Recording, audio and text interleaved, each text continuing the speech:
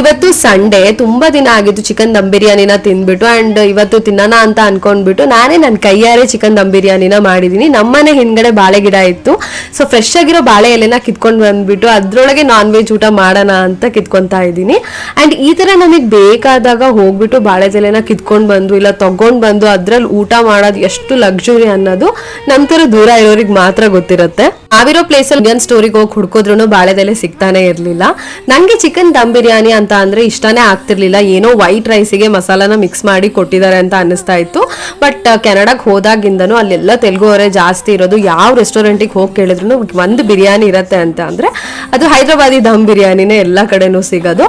So ಅಲ್ಲಿಗೆ ಹೋಗಿ ಅದನ್ನೇ ತಿಂದು ತಿಂದು ತಿಂದು ನನಗೆ ಇವಾಗ ಅದು ಫೇವ್ರೇಟ್ ಆಗ್ಬಿಟ್ಟಿದೆ.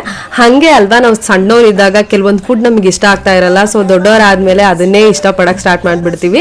ಮತ್ ಏನೇನ್ ಇಷ್ಟ ಆಗಲ್ಲ ಅದನ್ನೇ ನಾವು ಜಾಸ್ತಿ ತಿಂದಾಗ ನಮಗೆ ಅದೇ ಇಷ್ಟ ಆಗಕ್ ಸ್ಟಾರ್ಟ್ ಆಗ್ಬಿಡತ್ತೆ. ನಾನ್ ಮಾಡಿದ ಬಿರಿಯಾನಿ ಅಂತೂ ನಮ್ಮ ಮನೇಲಿ ಎಲ್ಲರಿಗೂ ತುಂಬಾನೇ ಇಷ್ಟ ಆಯ್ತು. ಅಂಡ್ ನಾವೆಲ್ಲ ಕಾಲೇಜಿಗೆ ಹೋಗ್ಬೇಕಾದ್ರೆ, ವರ್ಕಿಗೆ ಹೋಗ್ಬೇಕಾದ್ರೆ, ಕಾಲೇಜ್ ಎಲ್ಲ ಮುಗಿದ್ಮೇಲೆ ಅಡ್ಗೆ ಮಾಡೋದು ಯಾವತ್ತೂ ಕಲ್ಕೊಂಡಿರೋದಿಲ್ಲ.